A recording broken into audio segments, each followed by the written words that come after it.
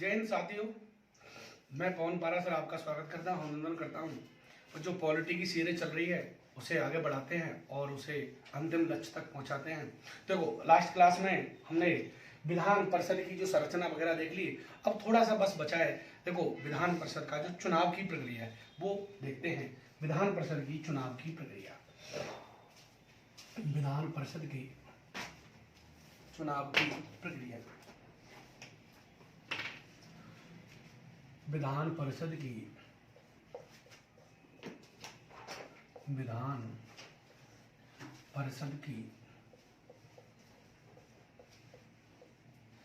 परिषद की चुनाव प्रक्रिया,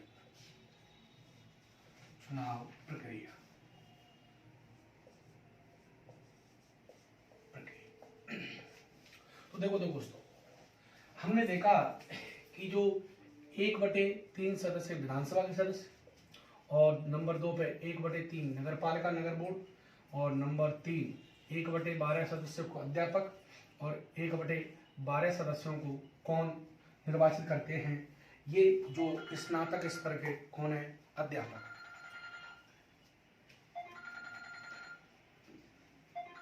दो नंबर पर आपका है। तो ये जो सदस्य हैं इनका निर्वाचन जो होता है वो आनुपातिक एकल संक्रमणीय प्रक्रिया के द्वारा। ध्यान रखना, संविधान में गुप्त शब्द इनके लिए ही नहीं है। जो गुप्त मतदान प्रक्रिया है वो केवल राष्ट्रपति और उपराष्ट्रपति के लिए, राज्यसभा और विधान परिषद इनके लिए गुप्त नहीं है। इसलिए कहीं इनका गुप्त होता है, कहीं खुला मतदान होता है। तो ये तो सदस्य कैसे होते हैं? ये सदस्य होते हैं अप्रत्यक्ष रूप से निर्वाचित, यानी इनके लिए एक निर्वाचक मंडल बनाया जाता है। निर्वाचक क्या बनाया जाता है? मंडल बनाया जाता है। और वो इनके लिए जो विधानसभा के सदस्य देंगे उनका निर्वाचक मंडल, यहाँ नगर पालिकाओं का निर्वाचक मंडल, और ये जो अध्यापक है उनका निर्वाचक मंडल, और ये जो बीए किए हुए स्नातक किए हुए छात्रों का निर्वाचक मंडल। तो जो चुनाव की प्रक्रिया है वो कैसी है? कुछ सदस्य तो निर्वाचित होते हैं और कुछ सदस्यों को क्या करते हैं? मनोनीत। तो हम देखते हैं कि जो विधान परिषद के चुनाव प्रक्रिया में कि विधान परिषद का चुनाव, विधान परिषद का इसी अनुच्छेद में है 171 में विधान परिषद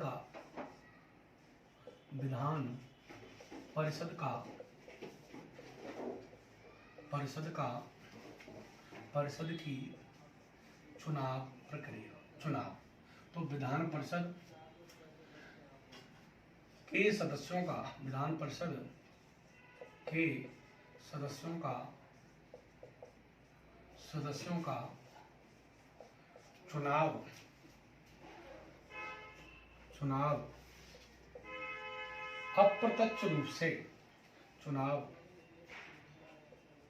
अप्रत्यक्ष रूप से आनुपातिक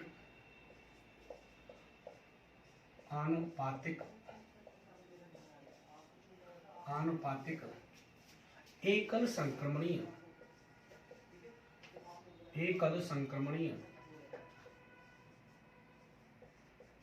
संक्रमणीय प्रक्रिया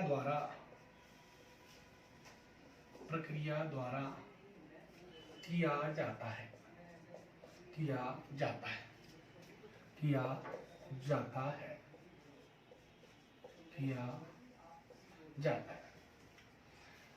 तो कैसे? देखो, ध्यान रखना, गुप्त नहीं है। गुप्त तो राष्ट्रपति और उपराष्ट्रपति के लिए है। विधान परिषद और विधान जो राज्यसभा है उनके लिए जो चुनाव है वो क्या है? केवल आनुपातिक एकल संक्रमणीय प्रक्रिया, गुप्त प्रक्रिया शब्द नहीं है। तो गुप्त प्रक्रिया नहीं है, ध्यान देने की बात है। दूसरा, शेष सदस्यों को 1/6 सदस्यों को राज्यपाल क्या करते हैं? मनोनीत करते हैं। तो हम कहेंगे विधान परिषद के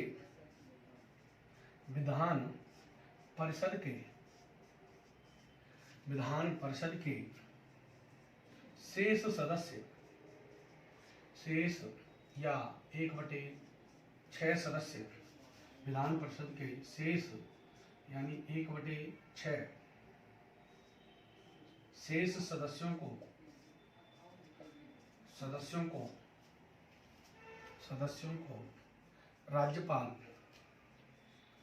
राज्यपाल मनोनीत करते हैं जो कि निम्न विषयों के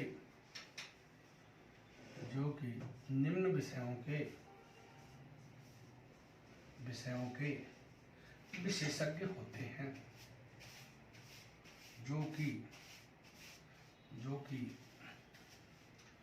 जो कि साहित्य, विज्ञान, कला, सहकारी आंदोलन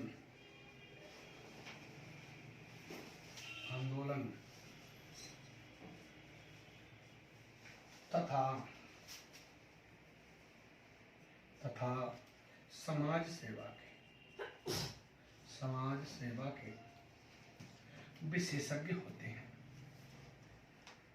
समाज सेवा के विशेषज्ञ होते हैं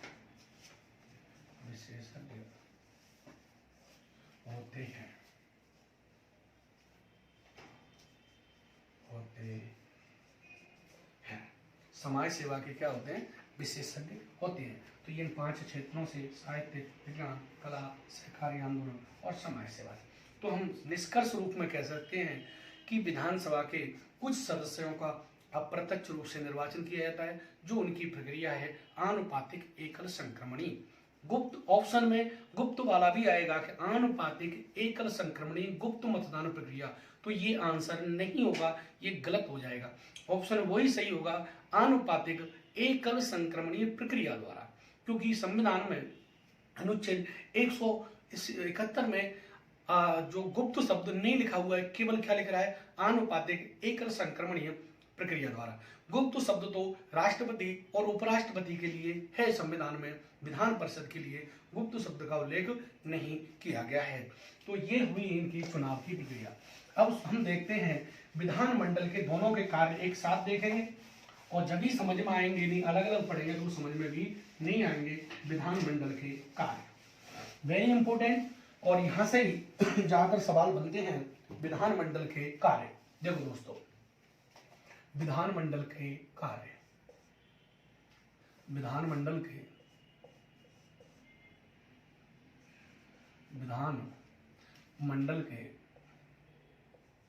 कार्य, विधानमंडल के कार्य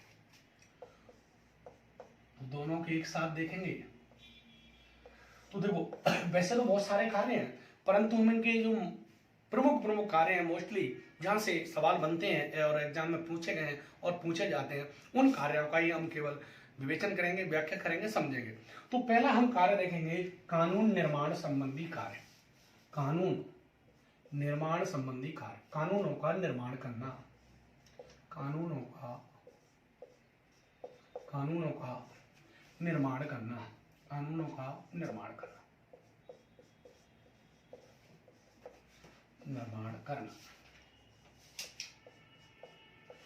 तो पहला कार्य हमारा कौन सा हुआ? कानूनों का निर्माण करना। तो देखो दोस्तों, हम सामान्य कानून की बात करें तो कोई भी सामान्य बिल है, कोई भी सामान्य विधेयक है, वो विधानमंडल के किसी भी सदन में रखा जा सकता है। उसकी शुरुआत किसी भी सदन में की जा सकती है, विधानमंडल के किसी भी सदन में की जा सकती है।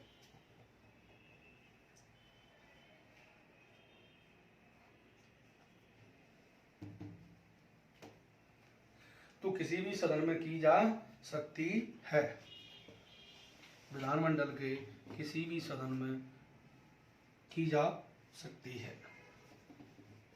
तो देखो, कानून निर्माण का जो कार्य है वो विधानमंडल के किसी भी सदन में की जा सकता है। तो जो सामान्य विधेयक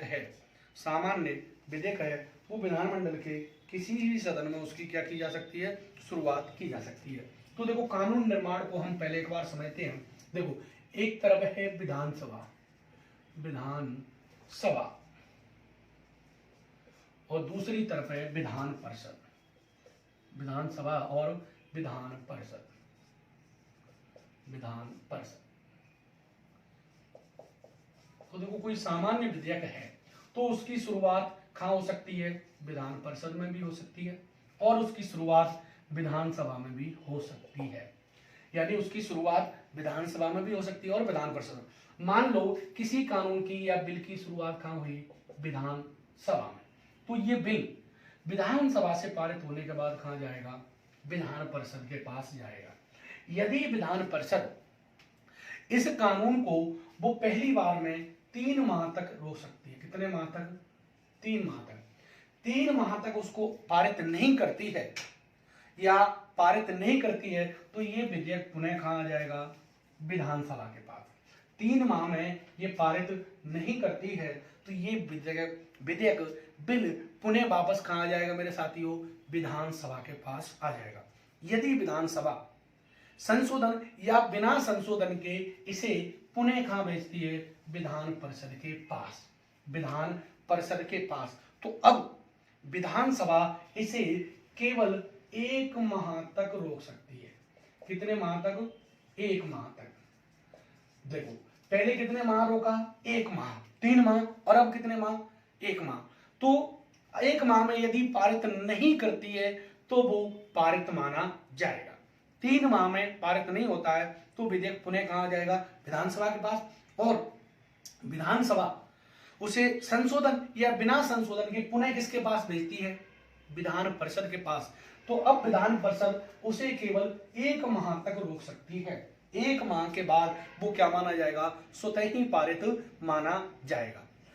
क्योंकि राज्यों में, ध्यान रखना, राज्यों में संयुक्त बैठक का प्रावधान नहीं है, संयुक्त अधिवेशन का प्रावधान नहीं है। जैसे संसद में अनुच्छेद 108 के तहत संयुक्त बैठक का प्रावधान है, परंतु राज्य में संयुक्त बैठक का कोई प्रावधान नहीं है। इसलिए विधान परिषद किसी बिल को अधिकतम कितने माह रोक सकती है, सामान्य बिल को अधिकतम 4 माह रोक सकती है। तो ये सवाल है, पहली बार में विधान परिषद कितनी समय तक रोक सकती है, 3 माह, अधिकतम 4 माह। परंतु सवाल कैसे घूमेगा, यदि द्वारा विधेयक आता है विधान परिषद के पास तो विधान परिषद कितनी बार रोक सकती है, 1 माह। पहली बार में 3 माह, अधिकतम 4 माह। दूसरी बार आता है तो 1 माह, तो अधिकतम 4 माह, पहली बार 3 माह और दूसरी बार 1 माह। तो हम इसका कह सकते हैं कानून निर्माण में कि यदि विधानसभा कोई कानून पारित करके किसके पास भेजती है, विधान परिषद के पास भेजती है, यदि विधान परिषद उसे पारित करके वापस पारित नहीं करती है तो 3 माह में विधेयक कहाँ जाता है, उसके पास। तो हम देखेंगे नंबर 1, यदि विधानसभा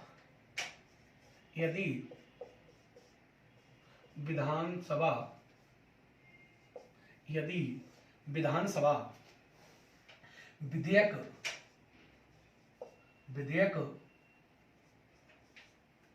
पारित करके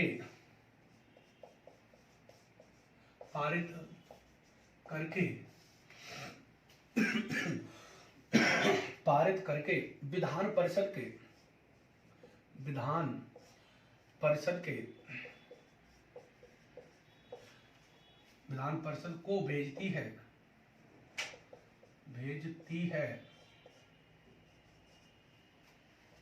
यदि विधान परिषद भेजती है तो यदि विधान परिषद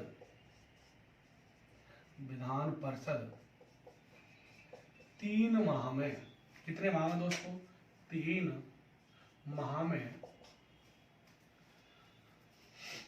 अनुमति नहीं देती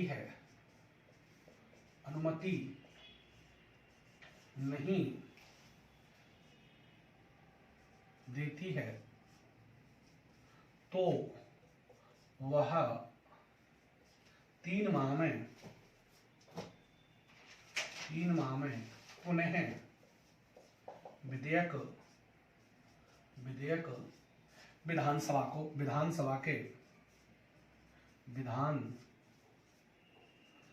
के पास आ जाता है,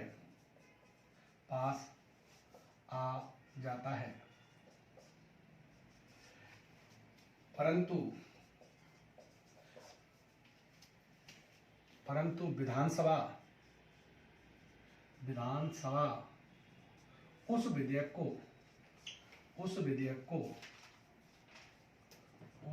को पुनः विधान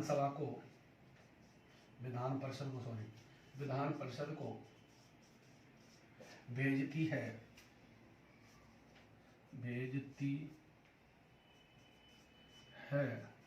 तो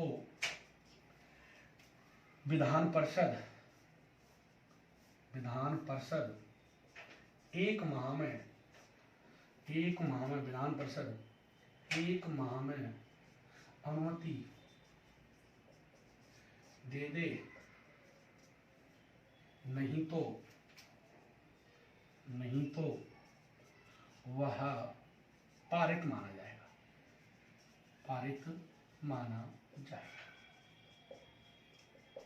तो दोस्तों, विधान परिषद किसी विधेयक को अधिकतम कितने समय? 4 माह, पहली बार 3 माह, क्लियर, और अधिकतम 4 माह तक रोक सकती है।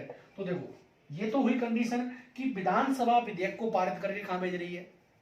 विधान परिषद के पास। तो ये कंडीशन हुई। दूसरी कंडीशन हम देखते हैं कि यदि विधान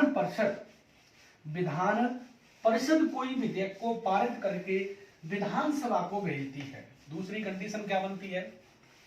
विधान परिषद किसको भेजेगी? विधानसभा को। तो हम दूसरी कंडीशन लेते हैं, विधानसभा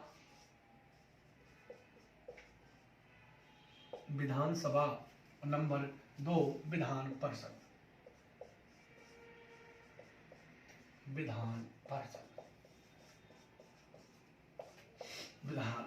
देखो, मान के चलो कोई बिल विधानसभा में लाया गया, कहां लाया गया? विधान परिषद में। कोई बिल कहां लाया गया? विधान परिषद में, और विधान परिषद ने उसे पारित करके कहां भेजा? विधानसभा के पास। यदि विधानसभा स्वीकृति दे देती है, पारित कर देती है, तो वो कानून बन जाएगा। परंतु विधानसभा यदि अनुमति नहीं देती तो वो क्या हो जाएगा? समाप्त हो जाएगा। ध्यान रखना, यहां समाप्त नहीं होगा, 4 माह रोक सकती है अधिकतम, और यहां अनुमति देती नहीं है तो क्या हो जाएगा? अपने आप ही समाप्त हो जाएगा। तो दूसरी कंडीशन बनती है, यदि किसी विधेयक को विधान परिषद में लाया गया है और विधानसभा उसे अनुमति नहीं देती है तो वो समाप्त हो जाएगा, कोई टाइम पीरियड फिक्स नहीं है। दूसरी कंडीशन है, यदि किसी विधेयक की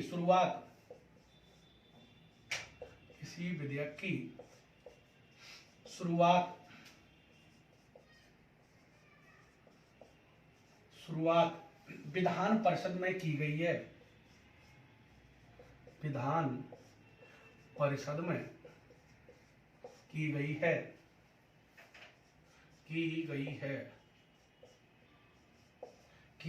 है और जब वह विधेयक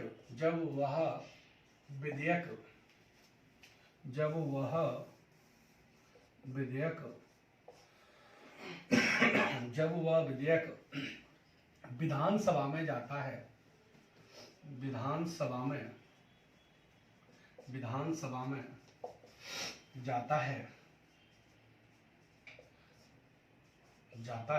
तो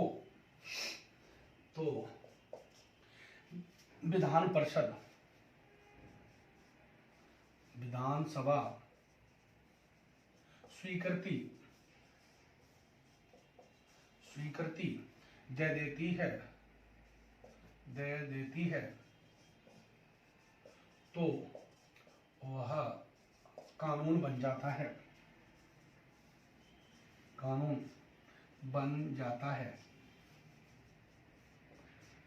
परंतु देखो ये बहुत ध्यान देने योग्य है, परंतु स्वीकृति या पारित नहीं करती है, स्वीकृति या पारित नहीं करती है, पारित नहीं करती है तो वह विधेयक समाप्त हो जाता है, तो वह विधेयक समाप्त हो जाता है, समाप्त हो जाता है, तो वह विधेयक समाप्त हो जाता है। क्लियर? तो वह विधेयक क्या हो जाता है? समाप्त हो जाता है। देखो दोस्तों, विधानसभा में रखा गया है, विधान परिषद के पास जाता है तो अधिकतम 4 महीने बाद वो पारित माना जाता है। परंतु विधान परिषद ने पारित करके विधानसभा को भेजा है, यदि विधानसभा स्वीकृति दे देती तो ठीक कानून बनेगा, नहीं देती है तो वो अपने आप समाप्त हो जाता है। ये है इस। अब देखो सवाल कैसे आएंगे, यहां से बड़े मजेदार सवाल बनते हैं। कैसे? पहला जो सबसे इजी कैसे बनेगा, विधान परिषद को भी राज्यसभा के समान सामान्य कानूनों पर शक्ति प्राप्त है। अरे भैया ये सेंटेंस पूरी तरह गलत है, क्योंकि समान कैसे प्राप्त है? क्योंकि वहां तो क्या प्रावधान है कि राज्यसभा 6 माह तक रोक सकती है। कितने माह तक? 6 माह तक। अगर 6 माह में पारित नहीं करती तो ऐसा माना जाएगा कि दोनों सदनों में उसको लेकर के क्या हो गया है? गतिरोध हो गया है। गतिरोध हो गया है तो ऐसी स्थिति में अनुच्छेद 108 के तहत राष्ट्रपति क्या बुलाता है? संयुक्त बैठक बुलाता है। राष्ट्रपति क्या करता है? संयुक्त बैठक बुलाता है। परंतु राज्य में क्या है? राज्य में है कि 4 माह में पहली बार कितने माह? फर्स्ट स्टेज में उनको कितने माह? 3 माह में पारित नहीं करती तो वापस आ जाएगा। सेकंड में, लास्ट में, सेकंड भी कह दो या लास्ट, 1 माह दिए गया है और 1 माह में पारित कर दे तो ठीक, नहीं तो क्या माना जाएगा? पारित माना जाएगा, पारित माना जाएगा। अर्थात यहां संयुक्त बैठक का प्रावधान नहीं है, संयुक्त बैठक का क्या नहीं है? प्रावधान नहीं है, इसलिए राज्यसभा के समान शक्तियां नहीं है।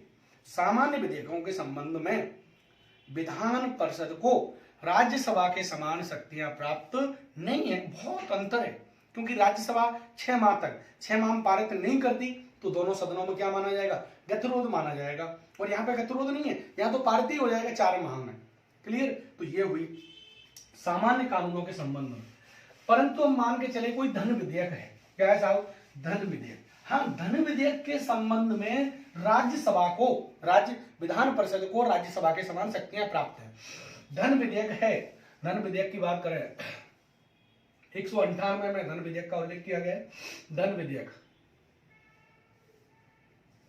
तो धन विधेयक, तो पहली बात तो ये है कि धन विधेयक की शुरुआत ही विधानसभा में की जाएगी, विधान परिषद में शुरुआत नहीं की जाएगी। राज्यसभा के समान सेम है, यहां समान है वहां समान नहीं है। तो धन विधेयक की शुरुआत बिल कहां लाया जाएगा? केवल विधानसभा में। तो विधान परिषद को धन विधेयक के बारे में बहुत कम शक्तियां प्राप्त हैं। तो धन विधेयक, तो धन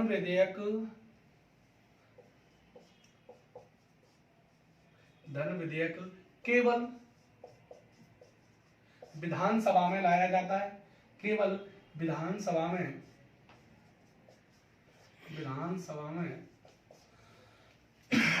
लाया जाता है,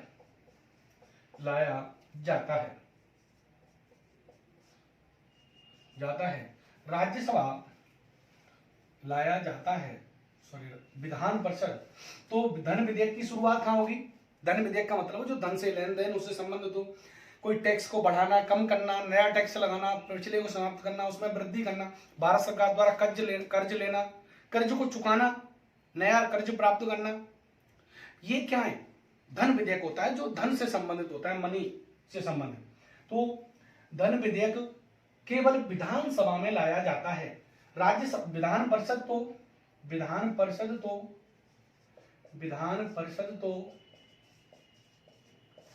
परिषद यदि 14 दिन में केवल 14 दिन में स्वीकृति नहीं देती है, तो ठीक ही है, नहीं देती है तो वह दोनों सदनों से वह दोनों सदनों से दोनों सदनों से दोनों सदनों से पारित माना जाएगा, पारित माना जाएगा जाएगा। तो पहली बात तो ये कि धन विधेयक की शुरुआत कहां की जाएगी। धन विधेयक की जो शुरुआत है वो कहां की जाएगी मेरे दोस्तों। धन विधेयक की शुरुआत केवल विधानसभा में की जाएगी। राज्यसभा ना तो उसमें संशोधन कर सकती, केवल सिफारिश कर सकती है। और विधानसभा माने या ना माने, यदि विधान परिषद 14 दिन में स्वीकृति नहीं देती है तो धन विधेयक क्या माना जाता है, पारित माना जाता है। धन विधेयक के संबंध में विधान परिषद को केवल इतनी सी शक्ति है कि 14 दिन उसमें लेट कर सकती है, विलंब कर सकती है। तो राज्यसभा के समान धन विधेयक के संबंध में है, क्या है, धन विधेयक के संबंध में समान शक्तियां प्राप्त हैं। ये तो हुई धन। अब बजट को भी तो देखो, बजट, अगर हम बजट की बात करें तो बजट भी अपने आप में क्या है, धन विधेयक है। क्योंकि बजट में क्या होते हैं, टैक्स को बढ़ाना, कम करना, कौन सा टैक्स क्या है, तो बजट भी अपने आप में क्या है, धन विधेयक है।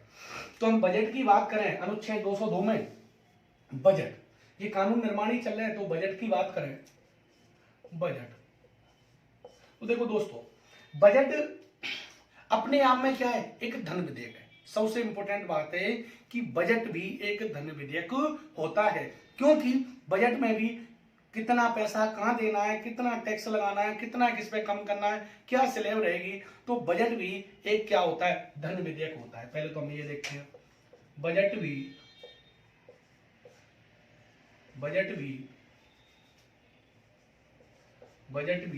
एक धन विधेयक होता है, एक धन विधेयक होता है। बजट भी एक धन विधेयक होता है। क्लियर, बजट भी क्या होता है, धन विधेयक होता है। अब क्योंकि उसमें भी टैक्स बढ़ाना, कम करना, ये सारी चीजें आप समझते हो, तो धन विधेयक होता है। तो अब जब धन विधेयक होता है, इसका मतलब इसकी शुरुआत कहां होगी, बजट की भी कहां होगी, विधानसभा में होगी। तो बजट धन विधेयक होता है, इसलिए इसकी शुरुआत भी कहां होगी, विधानसभा में होगी। इसी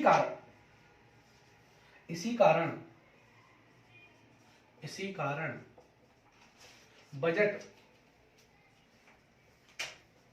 बजट भी सर्वप्रथम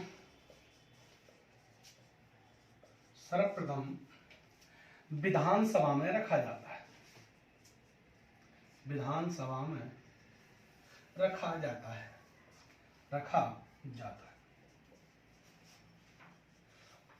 और जब धन विधेयक है तो राज्यसभा कितने दिन लेट कर सकती है, 14 दिन। तो बजट भी क्या है, धन विधेयक। दूसरी बात, संविधान में बजट शब्द का उल्लेख नहीं किया गया है। बजट शब्द के स्थान पर वार्षिक, एनुअल फाइनेंशियल स्टेटमेंट, वार्षिक वित्तीय विवरण शब्द का प्रयोग किया गया है। तो संविधान में बजट शब्द के स्थान पर वार्षिक वित्तीय विवरण शब्द का उल्लेख किया गया है। तो बजट कौन से अनुच्छेद में, 202 में, कौन से में, 202 में। तो संविधान में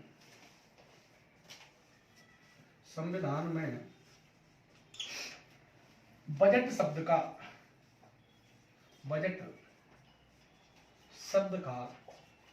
उल्लेख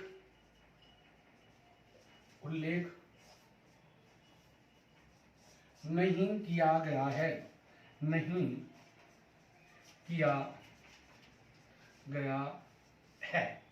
बजट शब्द का उल्लेख नहीं किया गया है। उसके स्थान पर, उसके मतलब बजट की, उसके स्थान पर वार्षिक वित्तीय, फाइनेंशियल, वित्तीय विवरण शब्द का उल्लेख किया गया है, शब्द का उल्लेख। तो संविधान में बजट शब्द के स्थान पर वार्षिक वित्तीय विवरण शब्द का उल्लेख किया गया है,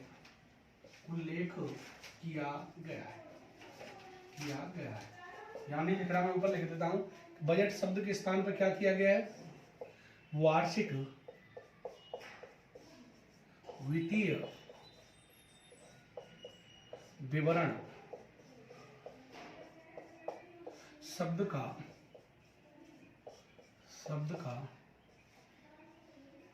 उल्लेख किया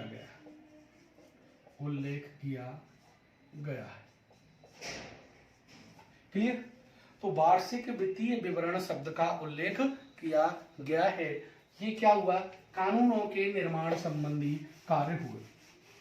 अब देखते हैं संविधान संशोधन। तो देखो, बहुत अच्छा सवाल। संविधान संशोधन क्या राज्य विधानमंडल कर सकता है? नहीं। ध्यान रखना, संविधान संशोधन राज्य विधानमंडल नहीं कर सकता। संविधान में संशोधन करने की जो शक्ति है वो केवल संसद को है। तो हम देखते हैं फिर क्या शक्ति है राज्य विधानमंडल को। तो अगला हमारा जो पॉइंट है, संविधान संशोधन। संविधान संशोधन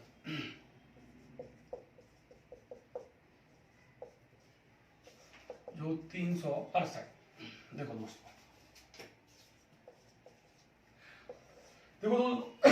संविधान संशोधन को राज्य विधानमंडल नहीं कर सकता। ऐसा नहीं है कि राज्य विधानमंडल संविधान संशोधन के लिए कोई प्रस्ताव लेके आ गया हो। यानी राज्य विधानमंडल किसके लिए? राज्य विधानमंडल संविधान संशोधन के लिए प्रस्ताव नहीं ला सकता, परंतु कुछ संविधान संशोधन ऐसे हैं जिनकी राज्य विधानमंडल द्वारा अनुमोदन लिया जाता है, स्वीकृति ली जाती है। संशोधन तो नहीं कर सकते, प्रस्ताव नहीं ला सकते, केवल कुछ संविधान संशोधन है। जैसे जो राष्ट्रपति की प्रक्रिया है, यदि राष्ट्रपति का जो निर्वाचक मंडल है इसमें यदि कोई फेरबदल करे, क्या करें? फेरबदल करें, तो वो क्या है?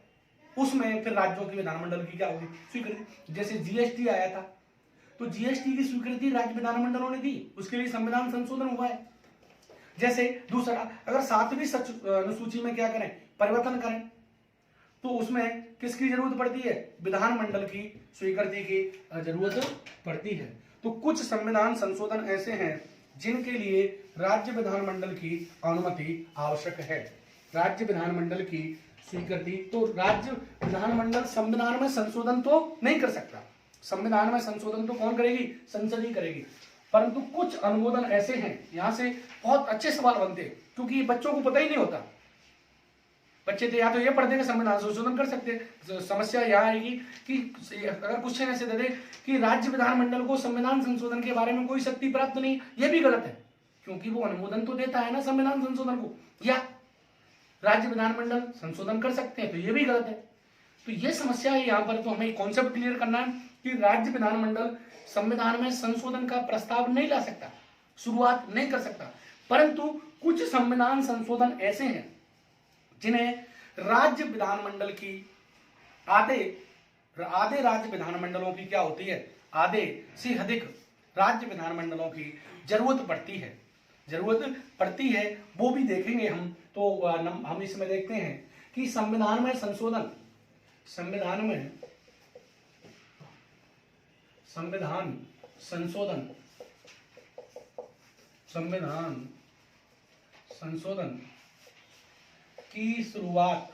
की शुरुआत राज्य विधानमंडल नहीं कर सकते। राज्य विधानमंडल नहीं कर सकते।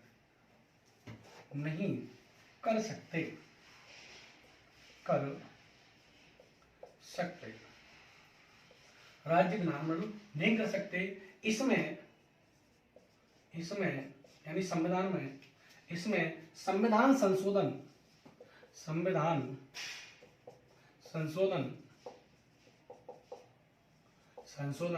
तो संसद ही करती है।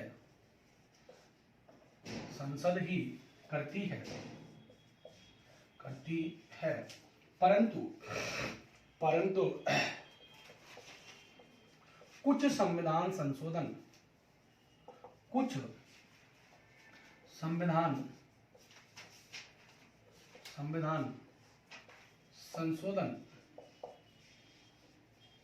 विधेयक विधेयक विधेयक राज्य विधानमंडलों द्वारा विधेयक राज्य विधानमंडलों द्वारा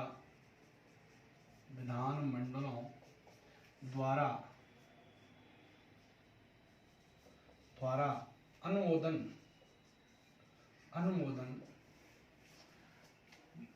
किया जाता है तो ऐसा नहीं कि शक्ति ना प्राप्त हो। जैसे राष्ट्रपति के चुनाव संबंधी प्रक्रिया में कोई फेरबदल करना हो, जैसे राष्ट्रपति चुनाव संबंधी प्रक्रिया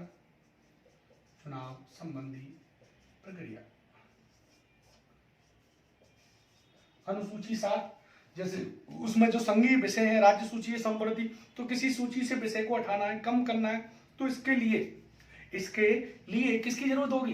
राज्य विधानमंडलों से भाई पूछा तो जाएगा, उनकी स्वीकृति तो ली जाएगी। ऐसा नहीं है वो अपने स्तर पे कुछ भी कर ले।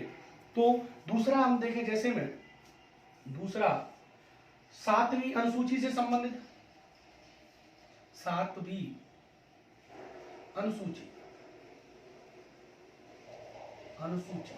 या कुछ संघीय मामले हैं, जैसे जीएसटी, इनमें राज्य विधानमंडल की क्या होनी चाहिए? स्वीकृति आवश्यक होती है। ऐसी स्थिति में राज्य विधानमंडल की ऐसे मामलों में तो संविधान संशोधन प्रस्ताव तो नहीं लाता है, परंतु वो क्या करता है भैया, राज्य विधानमंडल कुछ संविधान संशोधनों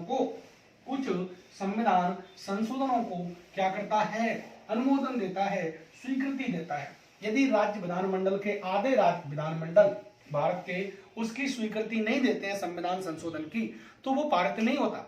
जब भी पारित होता है, जैसे जीएसटी था, तो उसको आधे से अधिक राज्यों ने क्या दी थी? स्वीकृति, जब भी वो लागू हुआ था। अब देखते हैं चुनाव संबंधी कार्य। तो चुनाव संबंधी कार्य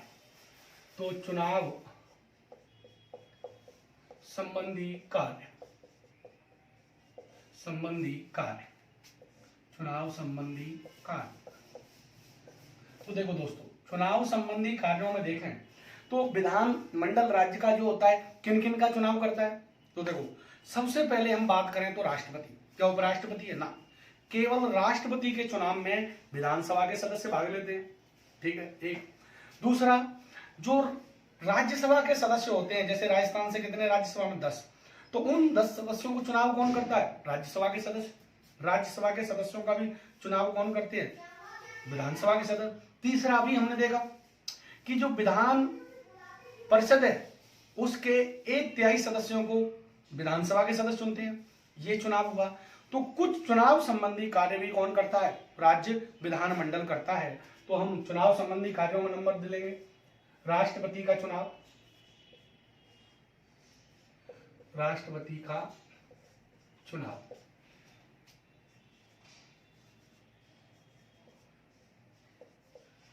और इसके चुनाव में बात करें तो विधानसभा के केवल निर्वाचित सदस्य भाग लेते हैं। राष्ट्रपति के चुनाव में विधानसभा के केवल निर्वाचित सदस्य भाग लेते हैं। तो राष्ट्रपति का चुनाव में कौन? विधानसभा के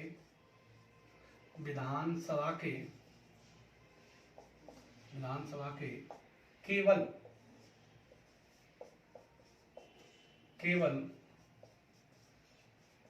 निर्वाचित सदस्य।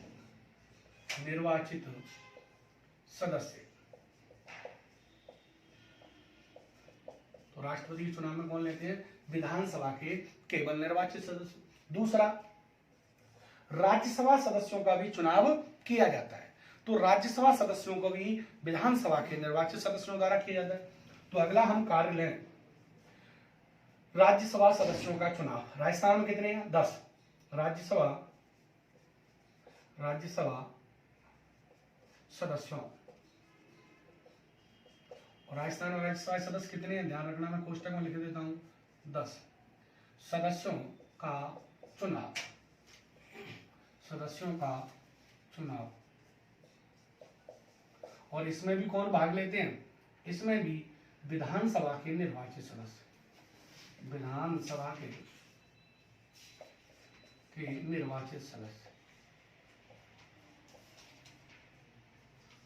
निर्वाचित सदस्य चुनाव संबंधी कार्यों। तीसरा हमने विधानसभा विधान परिषद के 1/3 सदस्यों को चुनती है। तो तीसरा विधानसभा का चुनाव विधान परिषद का विधानसभा ही तो करती है, विधान परिषद का विधान परिषद का चुनाव ये कौन करती है दोस्तों? ये विधान परिषद का जो चुनाव करती है विधानसभा के सदस्य, विधानसभा के सदस्य। क्लियर। और अगर हम चुनाव संबंधी कार्यों की बात करें तो और देखो दोस्तों, इनके द्वारा अपने अपने अध्यक्षों का भी चुनाव किया जाता है। विधानसभा अपने अध्यक्ष और उपाध्यक्ष का चुनाव करती है, विधान परिषद भी अपने अध्यक्ष और उपाध्यक्षों का क्या करती है? चुनाव करती है। तो अगले पॉइंट में विधानसभा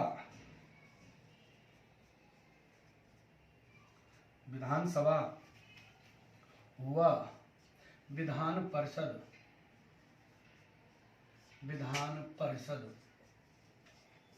विधानसभा व विधान परिषद अपने अध्यक्षों का, सभापतियों का या अध्यक्षों का चुनाव करते हैं। चुनाव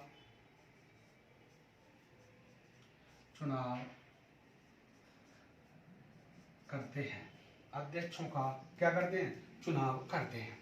तो विधानसभा और विधान परिषद अपने अपने अध्यक्षों का क्या करते हैं मेरे दोस्तों? चुनाव करते हैं। ये क्लियर। चुनाव संबंधी अब इनके अलावा तो कोई ये चुनाव संबंधी कार्य करते नहीं है। तो हमने देखा कानून निर्माण, बजट और संविधान संशोधन। और अब देखते हैं विधानमंडल के कुछ न्यायिक कार्य भी करता है। तो देखो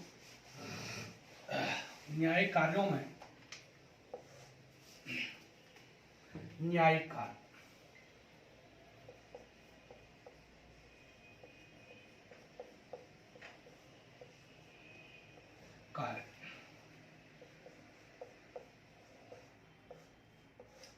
देखो दोस्तों, हमने देखा कि अनुच्छेद 165 के तहत राज्यपाल राज्य के महाअधिवक्ता की नियुक्ति करता है। अब राज्यपाल किसकी करता है? महाधिवक्ता की। तो न्यायिक कार्यों में देखा जाए तो ज्यादा इंपॉर्टेंट नहीं है। तो ये कुछ कार्य हैं न्यायिक कार्यों, जैसे ये राज्यपाल करता है तो मंत्री परिषद इनके कहने पर करता है। और मंत्री परिषद किसका हिस्सा होता है? मंत्री परिषद भी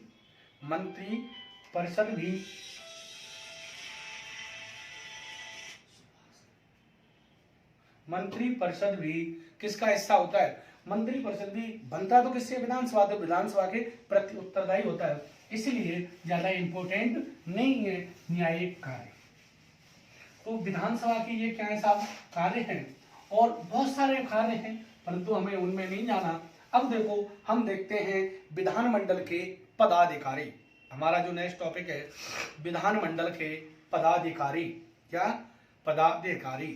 तो दोस्तों देखो विधानमंडल के पदाधिकारी, विधानमंडल के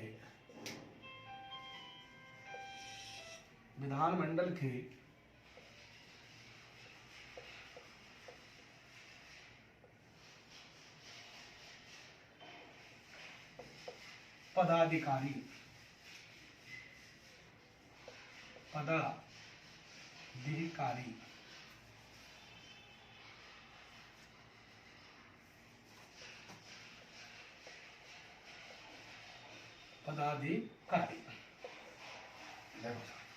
अब राज्य विधानमंडल है तो इसमें कितने सदन हैं? 2।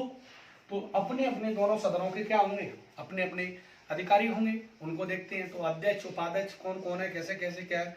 तो देखो नंबर 1 लेते हैं विधानसभा। क्या लेते हैं साहब? विधानसभा।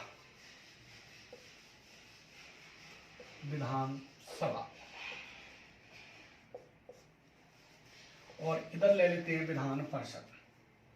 विधानसभा और विधान परिषद।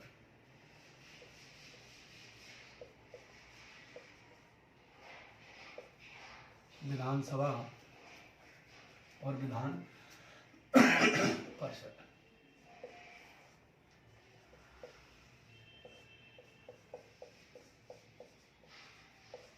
देखो दोस्तों, जो विधानसभा है इसमें पहला तो क्या है, एक अध्यक्ष होता है।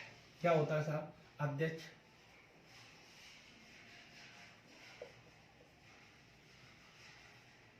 अध्यक्ष। दूसरा उपाध्यक्ष होता है।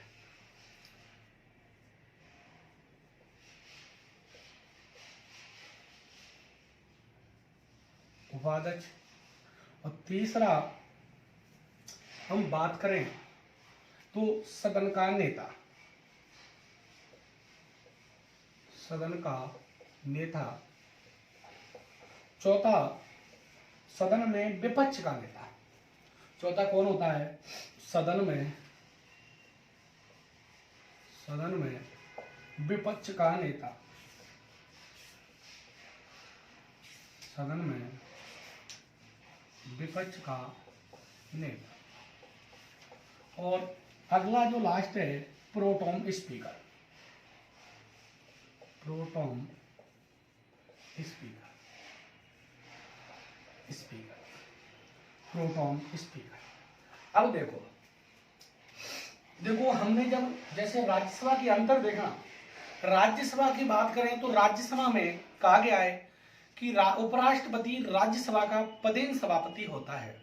राज्यसभा का उपराष्ट्रपति क्या होता है मेरे दोस्तों? पदेन सभापति। परंतु ध्यान रखना, विधान परिषद के लिए ऐसा नहीं है। ये केवल किसके लिए है? राज्यसभा के लिए।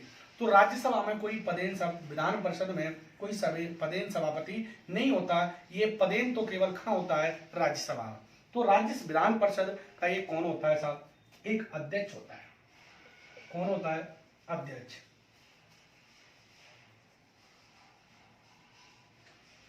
अध्यक्ष। और दूसरा होता है उपाध्यक्ष। उपाध्यक्ष। और तीसरा हम बात करें तो इसमें विपक्ष का नेता भी होता है। विपक्ष का नेता। विपक्ष का नेता। और अगली हम बात करें सदन का नेता। सदन का नेता। सदन का नेता कौन होता है? सदन का नेता। तो देखो मेरे साथियों, विधान मंडल के ये पदाधिकारी हैं, विधानसभा के अपने पदाधिकारी हैं और विधान परिषद के अपने पदाधिकारी हैं। ध्यान देने योग्य ये बात है कि जो विधान मंडल विधान परिषद है इसमें कोई पदेन सभापति नहीं होता। क्या नहीं होता? पदेन सभापति नहीं होता। किसमें? विधान परिषद में। विधान परिषद अपना अध्यक्ष चुनती है, उपाध्यक्ष चुनती है। इसमें एक विपक्ष का नेता होता है और एक सदन का नेता होता है। इसी तरीके से विधानसभा में एक अध्यक्ष होता है। कौन होता है? अध्यक्ष। एक कौन होता है? उपाध्यक्ष। और एक कौन होता है? सदन का नेता। और सदन में या विधानसभा में विपक्ष का नेता और एक होता है प्रोटोम स्पीकर। ये क्या है? इनके अपने अपने क्या है? अधिकारी हैं। इनके बारे में हम ज्यादा चर्चा नहीं करेंगे, हल्की हल्की चर्चा करते हुए इस टॉपिक को क्या करेंगे? समाप्त करेंगे। क्लियर? तो इसकी हम थोड़ी थोड़ी बातें करते हैं, इनको कैसे कैसे क्या क्या होता है। तो देखो, पहले हम लेते हैं सबसे पहले जो प्रोटोम स्पीकर होता है। क्या होता है साहब? प्रोटोम स्पीकर। तो देखो, नंबर 1,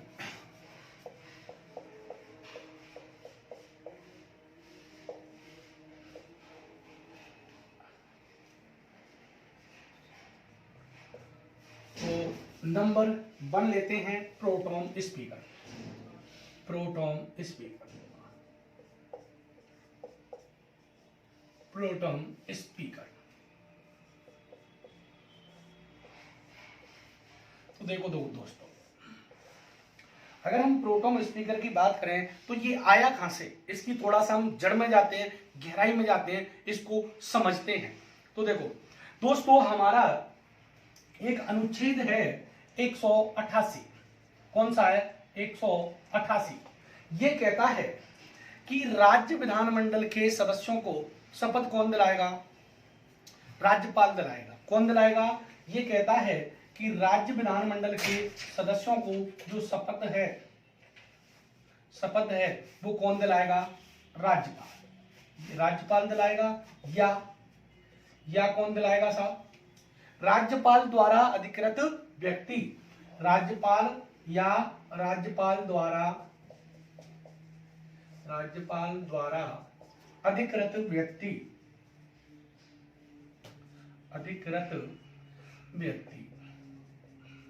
शपथ दिलाएगा।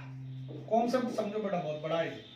तो देखो अनुच्छेद 188 क्या कहता है कि विधान मंडल के सदस्यों को राज्यपाल या राज्यपाल द्वारा अधिकृत व्यक्ति शपथ दिलाता है। तो बेटा देखो, अब मान के चलो विधानसभा में 200 सदस्य और विधान परिषद बनती है तो उसमें 67 सदस्य। अब राज्यपाल ज्यादातर बुजुर्ग होते हैं, अब बेटा इनको सदस्य शपथ दिलाते हैं वो थक जाएंगे, तो इसलिए संविधान में क्या प्रावधान किया गया? राज्यपाल या राज्यपाल द्वारा अधिकृत व्यक्ति का दिलाएंगे शपथ। अब देखो राज्यपाल क्या करते हैं कि एक व्यक्ति को अधिकृत करते हैं। क्या करते हैं? अधिकृत करते हैं, और उस व्यक्ति का नाम क्या है? प्रोटोम स्पीकर पड़ गया है। परंपरागत नाम इसका क्या पड़ गया है? प्रोटोम स्पीकर पड़ गया है। तो इसको प्रोटोम स्पीकर संविधान में इसका उल्लेख नहीं है। ये आया कहां से? तो ये आया यहां से। ध्यान रखना, शपथ दिलाने के वहां से कि राज्यपाल, राष्ट्रपति या राज्यपाल क्या करेंगे? अधिकृत करेंगे।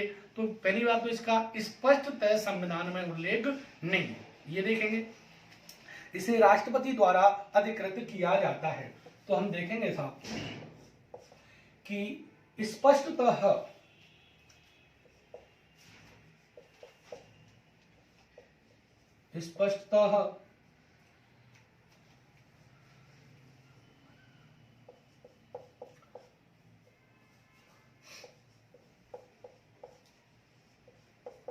इसका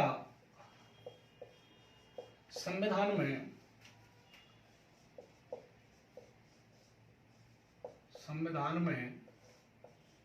उल्लेख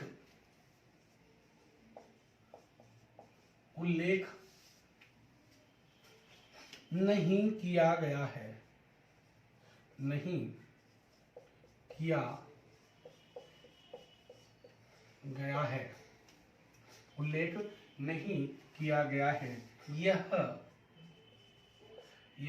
राज्यपाल द्वारा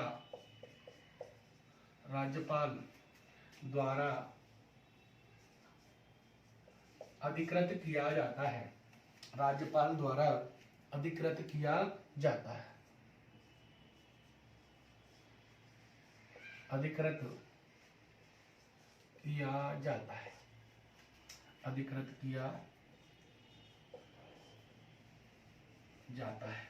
ओके, तो राज्यपाल द्वारा क्या किया जाता है? अधिकृत किया जाता है। संविधान में इसका स्पष्ट उल्लेख नहीं है, ये राज्यपाल द्वारा अधिकृत किया जाता है। अब देखो, अब क्या है कि अभी कुछ समय पहले की बात है कर्नाटक बाद की, कि ये सामान्यतः वरिष्ठ होता है। राज्यपाल उसी सदस्य को बनाता है जो सबसे वरिष्ठ हो, जो विधानसभा में सबसे क्या हो? वरिष्ठ सदस्य हो, उसे ही क्या बनाता है?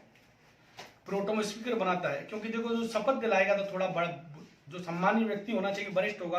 वो वरिष्ठ का मतलब क्या है? जो सबसे ज्यादा उनमें चुनाव जीत के आए। वरिष्ठ का मतलब चुनाव से लगाया जाता है, ना कि उम्र से। यहाँ पर वरिष्ठ का मतलब चुनाव से लगाया जाता है, तो वरिष्ठ को करता है। परंतु ऐसा जरूरी नहीं है, कोई संविधान में उल्लेख नहीं है कि राष्ट्रपति जो वरिष्ठ होगा उसे ही अधिकृत करेंगे। तो कर्नाटक वाला जो बीजेपी की सरकार थी वहां पे, तो उसने उसको जो वरिष्ठ सदस्य था उसको प्रोटोम स्पीकर नहीं बनाया। तो राहुल गांधी कांग्रेस कहां चली गई? Supreme court. तो सुप्रीम कोर्ट ने कहा कि देखो भाई, पहली बात तो ये कि इसका संविधान में स्पष्ट उल्लेख नहीं है, और संविधान में भी उल्लेख नहीं है, वहां ये भी उल्लेख नहीं है कि वरिष्ठ होना चाहिए। एक परंपरा है और परंपरा टूटने के लिए बनती है, तो इसलिए जरूरी नहीं कि ये वरिष्ठ सदस्य हो, यह एक परंपरा बन गई है। तो क्या ये एक परंपरा है? तो अब देखते हैं कि सामान्यतः राज्यपाल एक वरिष्ठ सदस्य को प्रोटोम स्पीकर अधिकृत करते हैं। तो सामान्यतः राज्यपाल विधानसभा में वरिष्ठ सदस्य को प्रोटोम स्पीकर नियुक्त करते हैं, परंतु यह जरूरी नहीं कि वो वरिष्ठ ही हो। तो ध्यान देने योग्य बात यह है, सामान्यतः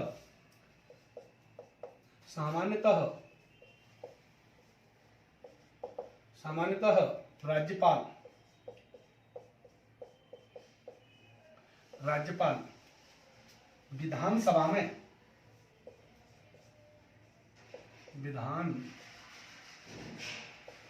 में सबसे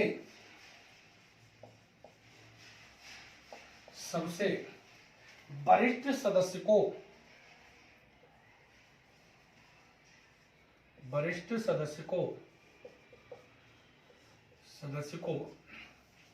प्रोटोम स्पीकर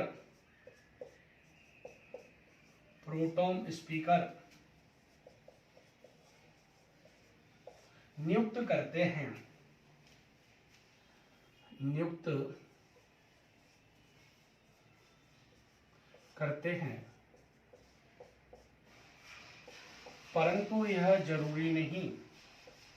परंतु यह जरूरी नहीं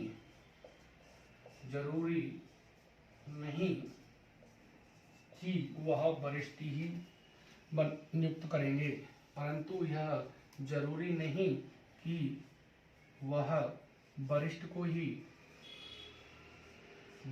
ही नियुक्त करेंगे। तो यह जरूरी नहीं है कि वो वरिष्ठ सदस्य को ही क्या करेंगे साहब, नियुक्त करेंगे। वरिष्ठ सदस्य को ही नियुक्त करेंगे ऐसा जरूरी नहीं है। यह एक परंपरा है। क्या है साहब, यह एक परंपरा है। यह एक परंपरा है कि वरिष्ठ को ही प्रोटोम स्पीकर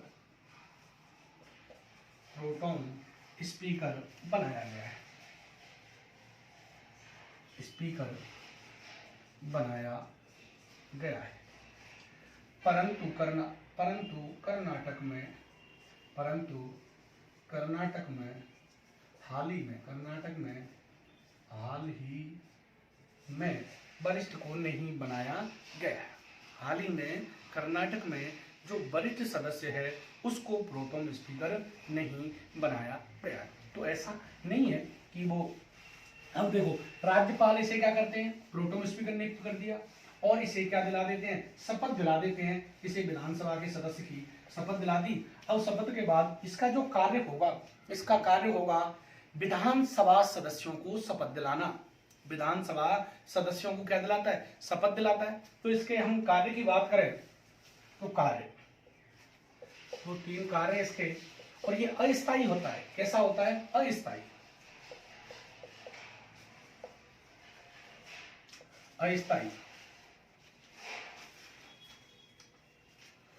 तो इसकी कार्य की बात करें तो पहला तो यही है कि विधानसभा सदस्यों को क्या दिलाता है, शपथ।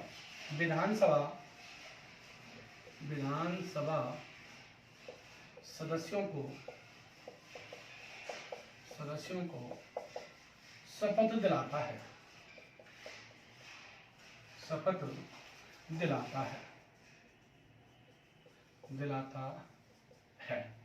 विधानसभा सदस्यों को क्या दिलाता है, शपथ। जो भी तो राज्यपाल दिला रहा है ना शपथ, तो परंतु अब राज्यपाल ने इसको क्या कर दिया, अधिकृत। देखो कौन सा राज्यपाल ने इसको शपथ राज्यपाल के नाम से ही दिलाएगा, ऐसा नहीं कि अपने नाम से दिला दे, परंतु इसको अधिकृत किसने किया, राज्यपाल को। राज्यपाल को शक्ति किसने दी, संविधान के अनुच्छेद 188 ने। वो उसने स्पष्ट लिख रहा है कि राज्यपाल शपथ दिलाएगा या राज्यपाल किसी भी व्यक्ति को अधिकृत कर सकता है। दूसरा, सदस्यों को शपथ दिला दी। अब ये विधानसभा अध्यक्ष का क्या करा देगा, चुनाव, और अध्यक्ष जैसे ही आते ही इसका पद क्या हो जाएगा, समाप्त हो जाएगा। तो विधानसभा अध्यक्ष का चुनाव कराता है। अध्यक्ष का चुनाव कराता है, चुनाव कराता है। और जैसे ही क्या हुआ, विधानसभा अध्यक्ष का चुनाव हुआ और इसका पद क्या हो जाएगा, समाप्त। अब ये हम ये कहेंगे थे, है नहीं, थे, तो विधानसभा सदस्य का जैसे ही चुनाव हुआ इसका पद क्या हो जाएगा, समाप्त हो जाएगा, इसका कोई मतलब नहीं रहेगा, एक सामान्य सदस्य की तरह रहेगा। तो एक अस्थायी अध्यक्ष होता है, कैसा होता है, अस्थायी अध्यक्ष। इसे अंतरिम अध्यक्ष कह सकते हैं, क्या कह सकते हैं, अंतरिम अध्यक्ष कह सकते हैं। तो ये हमारा प्रोटेम स्पीकर हुआ। इसी के साथ अगली क्लास में मिलते हैं। सभी को थैंक यू, धन्यवाद, थैंक यू।